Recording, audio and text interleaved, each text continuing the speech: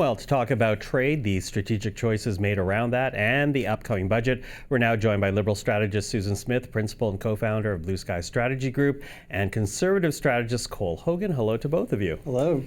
Okay, so here you have Kristen Hillman being grilled about trade talks in Washington. We know those talks were suspended by Donald Trump because of that ad from Ontario, that anti-tariff ad. Let's begin there, because the three of us have not actually talked about it as a group quite yet. Was that ad a strategic error, Susan? Perhaps in hindsight. It depends who you talk to. There's one story I hear that Doug Ford felt that the way the talks were going weren't going to be beneficial for the auto sector, so he needed and wanted to make a point. It's a bit of wag the dog, look over here, I'm doing something. But perhaps people didn't think through how that might land with the notoriously thin-skinned and mercurial Donald Trump. So I don't think it was a government of Canada strategic error, but I think perhaps the fallout was not as anticipated by Premier Trump, or maybe it was, Premier Ford, or Premier Ford. Or perhaps it was because maybe he didn't like the way things were going. Okay, I'm going to pick up on that point in a second, Sure. but quickly, do you think it was a strategic error, Cole? No, and I think we've seen some interesting pieces leading up to this. So we saw Doug Ford say that Mark Carney and his chief of staff saw the ad, and then Mark Carney's office in the PMO put out a comment that said, we were not involved in the production and distribution of the ad, which, well, of course they weren't. It was a Government of Ontario ad, but it did admit the fact of that they likely did see these ads, the Prime Minister and the chief of staff. Then after that, we saw Mark Carney say that negotiations with the U.S. were going well up until this ad hit the airwaves. Ambassador Hillman backed him up on that and said they were, shaping the contours of an agreement. Then the White House said, the negotiations were starting to sour before that. So there's a lot of back and forth here, and it's hard to know who to believe at times in this purposely broken game of telephone.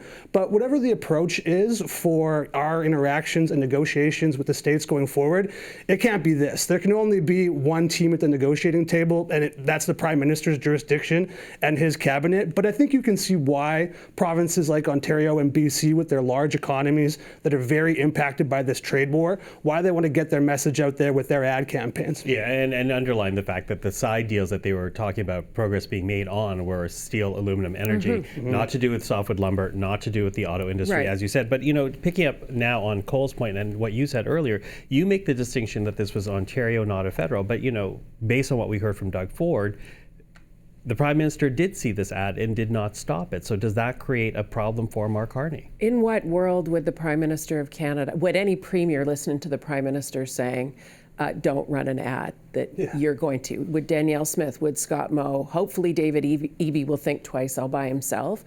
So I don't know what happened in the conversation with the Prime Minister and the Premier on that ad. I think Doug Ford did exactly what Doug Ford wanted to do, and that's what premiers do. Cole? Yeah, I think we take Doug Ford at his word that the Prime Minister and his chief of staff definitely saw the ad. I think it was just uncertain what the exact impact would be. And now that we're seeing the aftermath of this, maybe David Eby will reconsider his decision to run an ad from BC down south. Okay, I do wonder about that, though, because, all indications are from Premier Eby is that he's still going to go forward with his own anti-tariff Eby's in trouble in BC. So this is a bit of wag the dog, as I said, right? Eby needs to show he's doing something. He's in huge trouble electorally. The economy in BC is in really big trouble. The forestry thing is an additional whack on something that was already floundering. So he may make a localized, personal calculation that he needs to do something to show British Columbians that he's standing up for them. Might be the wrong thing for the country, probably the wrong thing for BC to do, given how President Trump is responding to things. I hope he doesn't go that far, but it could happen. Is it wrong, though? Because, the Prime Minister has been criticized for not following through enough on his elbows up rhetoric that he came over. Okay, let me finish my question first. The rhetoric that he had during the election campaign. But here you have an ad now that sends a message of elbows up, not from the Premier, not from the Prime Minister, but from Canada. Is there a benefit to have almost like a good cop, bad cop on this messaging so that on the one hand, here's Mark Mark Carney doing the charm offensive with Donald Trump, and the premiers are able to be the conciliaries that he cannot be in this moment in time. There are times that I think the good cop, bad cop mechanism has been very helpful, and it doesn't mean it won't be helpful in the future. I think it probably, given where discussions were at this moment, maybe it wasn't helpful, but who knows with Trump? Like, really, the guy had essentially a hissy fit, got a hold of his phone and called off the trade negotiations. There's no playbook for that. You have to be able as a country to adjust. I don't know that anybody anticipated the level of the fury of Donald Trump, but I'm told, the ambassador was talking to some folks this week, and he was not dropping F-bombs at Premier Ford's envoy. But basically, it was the petulance of the president that paused things.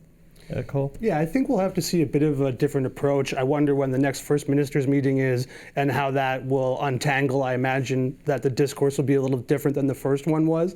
But I think to Susan's point, David Eby will continue. Whenever he gets a national stage, he will take it. So, him versus Danielle Smith on, a Western directed pipeline project, he's going to take that opportunity to take a local stand in BC. And he'll do that in regards to trade in these ads as well. So the next time the First Ministers meeting rolls around, I think we'll see a different relationship between the premiers and the feds, and it won't be as kumbaya this time. Yeah, absolutely. Listen, of course, we'll keep following this. I want to talk about another topic because, of course, next week is the budget. And we heard Andrew Scheer yesterday accuse the Liberals of essentially fashioning a budget that the opposition cannot support. He's accusing the Liberals wanting an election in this moment in time.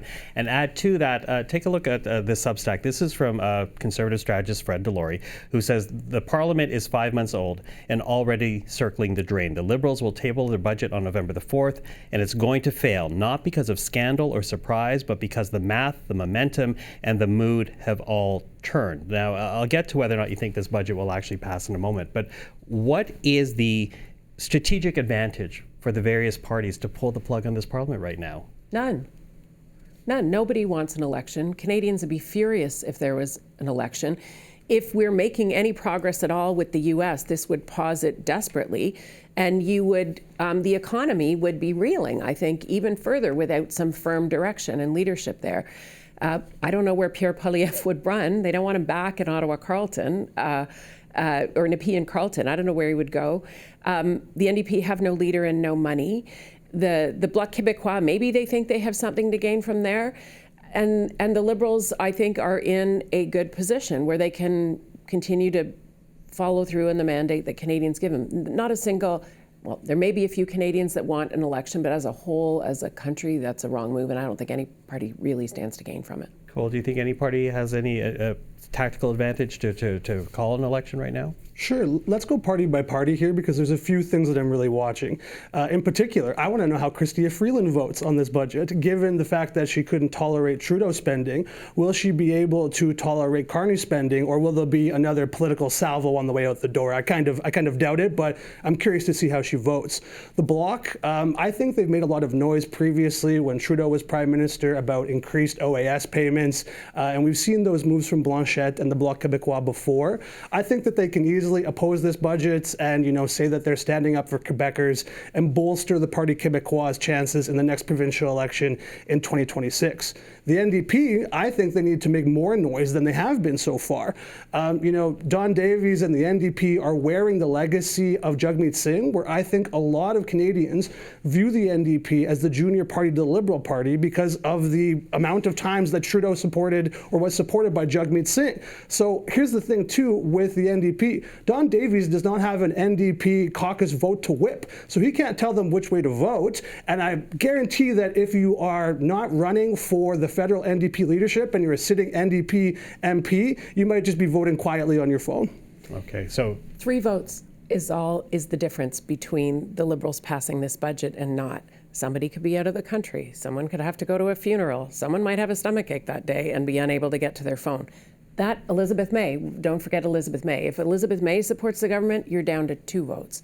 So there is a scenario where people can abstain, be absent, or they secure enough votes for the budget to pass. But I believe this budget will pass. So when Andrew Scheer says that the Liberals are crafting a budget that the opposition cannot support, what do you take from that? What else would you expect Andrew Scheer to say? I mean, the guy will say anything. He was out defending Pierre Poilievre in the RCMP comments last week. So Mr. Scheer has his talking points for the day. He's found whatever angle he thinks will make a point. The Conservatives have spent the fall accusing Mark Carney of stealing their ideas, and all of a sudden things are going to be crystallized in a budget and they can't support that. I think Mr. Scheer talks out of both sides of his mouth. Sure. So I don't think the Conservatives can support this budget in terms of the deficit and the massive spending. I really just don't see the Conservatives voting for it. The Bloc, I don't see them voting for it either. Elizabeth May, to Susan's point, she could easily support this budget, no problem. I think some of the more quiet NDP MPs will be the ones who support the Liberals and prop them up once again. So that's what we're looking for then, the NDP and where that I would goes. say so, yeah. Or a head count, right? You Yeah, on need a head division? and a head count too, right? They could go on division, or there's just not enough. There are three MPs in the opposition who aren't present to vote that day, the head right? count. That's the other thing that can happen too. Okay. And you hope they don't get it wrong like John Crosby did. But I don't think the government's going to fall on the budget. Okay, well, we are watching. The budget, of course, is next Tuesday, and then we're going to have a post-mort of it on the Wednesday. But for today, Susan, Cole, thank you very much. Thank you. Thanks.